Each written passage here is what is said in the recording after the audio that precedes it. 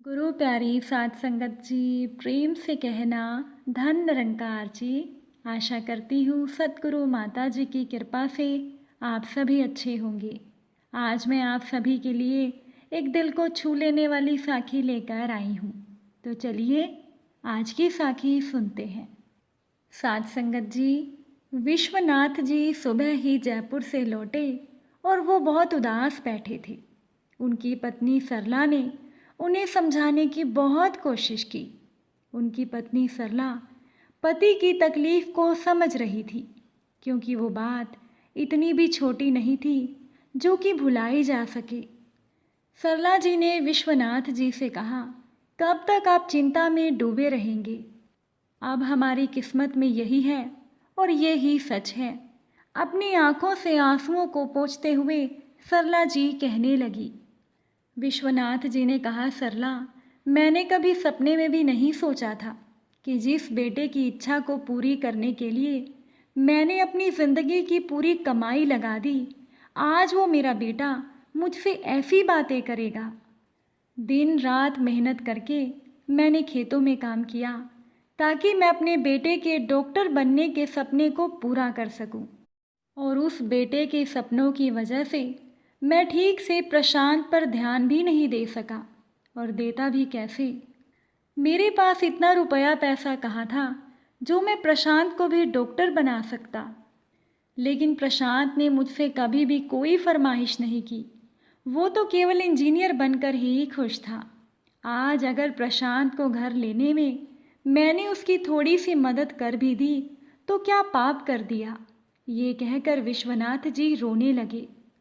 जब से विश्वनाथ जी अपने बड़े बेटे संदीप से मिलकर जयपुर से वापस आए थे, तब से वो बहुत दुखी थे।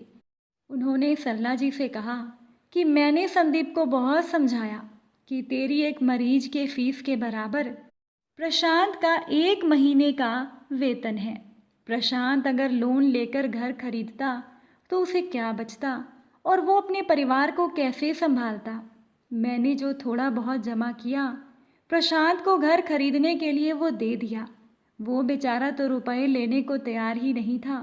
मैंने ही उसे अपनी कसम देकर मजबूर कर दिया था।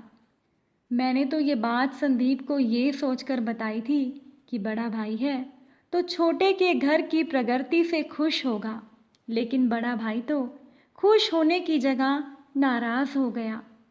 कहने लगा कि आपने प्रशांत को जितने रुपए दिए हैं उतने मुझे भी चाहिए। मैंने उसको कहा कि अब तक खेती में मैंने जितना कमाया सब तुझ पर लगाकर मैंने तुझे डॉक्टर बना दिया। यही क्या कम है? तुम्हें तो खुश होना चाहिए। तुम्हारे भाई प्रशांत का अपना घर भी हो गया।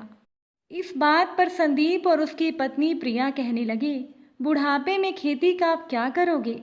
आप अपने खेत बेच दो और हमें भी उतने रुपए दो जितने आपने प्रशांत को घर के लिए दिए हैं। और अगर हमें रुपए आप नहीं दे सकते तो कभी भी हमारे पास मत आइएगा। उन दोनों ने तो आसानी से कह दिया कि खेतों को बेच दो। अब मैं संदीप को कैसे समझाऊं? ये केवल खेत ही नहीं, ये मेरी जान है। मेरे लिए इन खेतों ने सोना उगला है। इसी की वजह से आज संदीप डॉक्टर बन पाया, और एक डॉक्टर बनने के बाद वो आज अपने संस्कार ही भूल गया। संदीप भूल गया वो दिन, कैसे मैंने दिन रात एक करके पसीना बहाया, तुम्हारे गहने बेचे, तब जाकर हम उसकी पढ़ाई का खर्चा उठा पाए थे। आज वही बेटा ऐसी बातें करेगा, ये मैंने कभी नहीं सोचा था। और हमने अपने छोटे बेटे प्रशांत को दिया ही क्या था परवरिश के अलावा। प्रशांत ने शुरू से ही कड़ी मेहनत की और स्कॉलरशिप लेकर अपने दम पर उसने इंजीनियरिंग की। खैर छोड़ो, हमारा अपना सिक्का खोटा निकल गया तो अब रोकर क्या फ़ायदा होगा। तभी फ़ोन की घंटी बजी।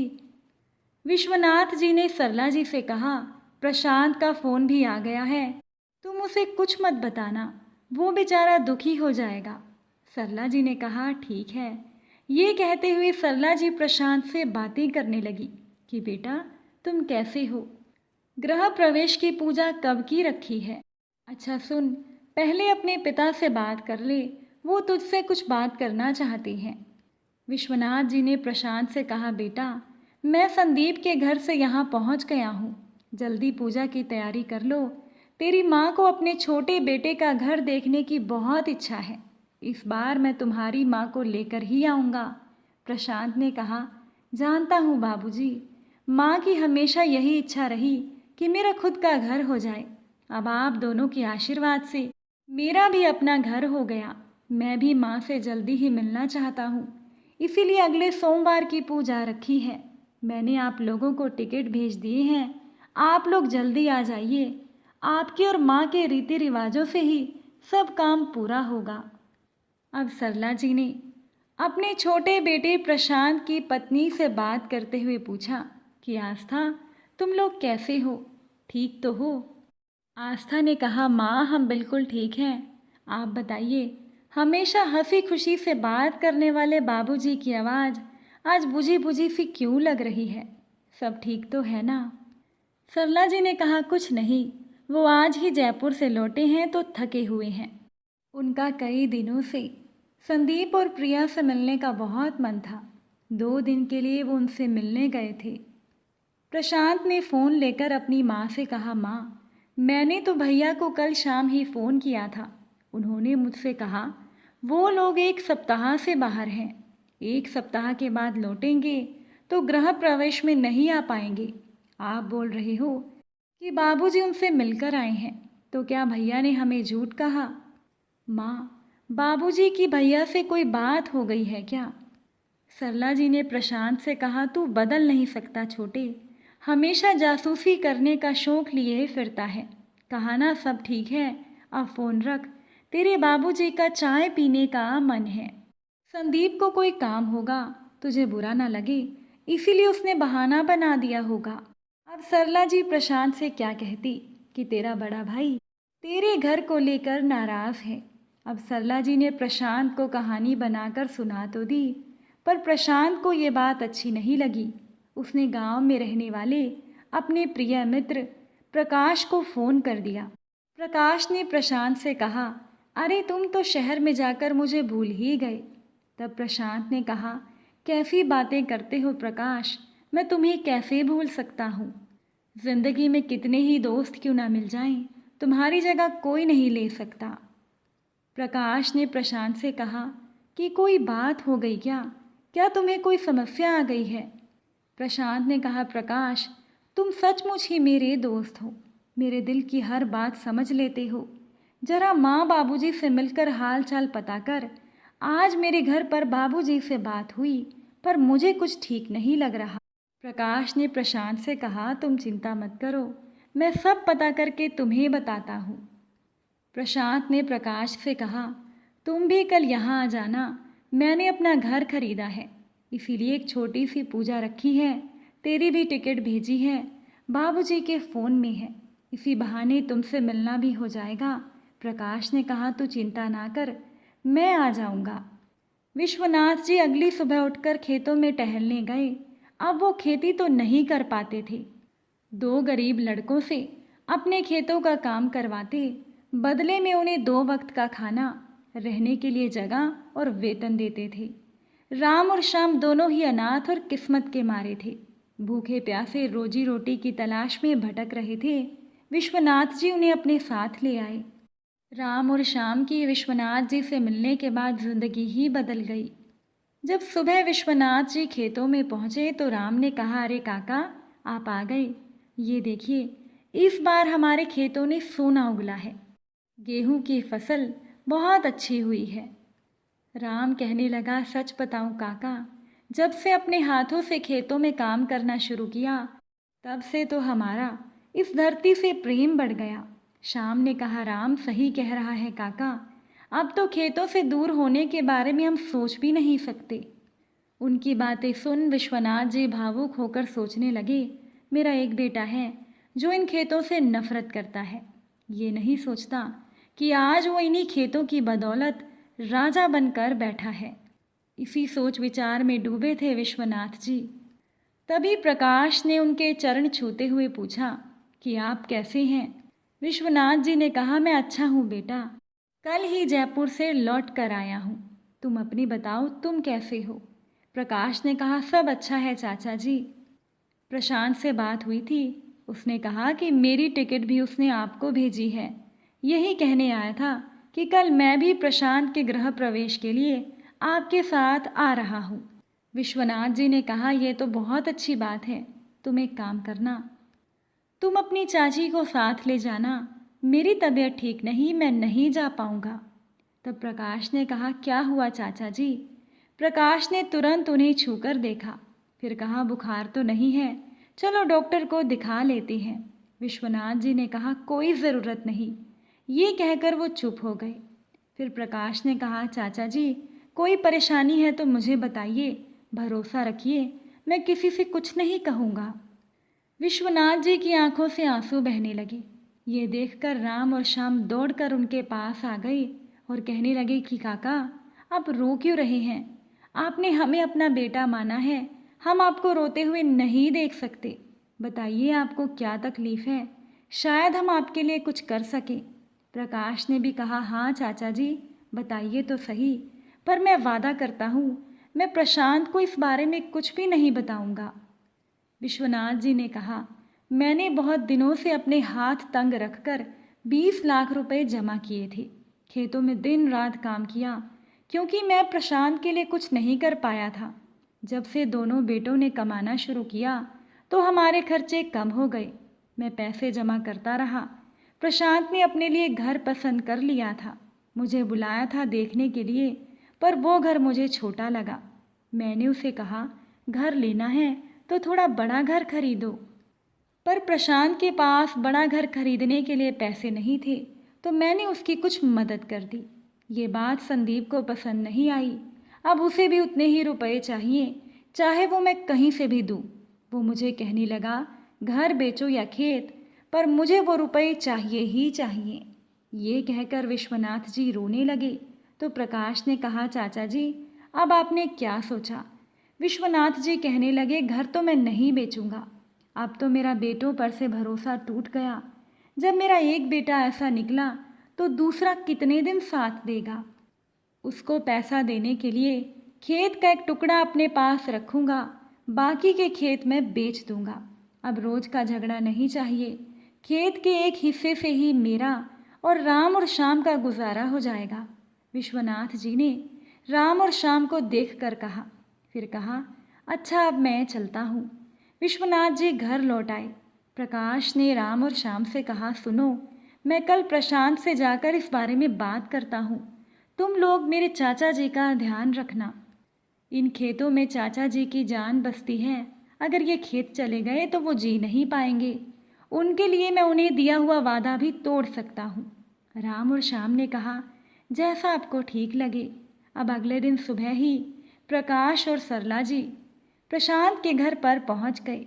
प्रशांत ने माँ को देखकर कहा, अरे माँ, आप आ गई।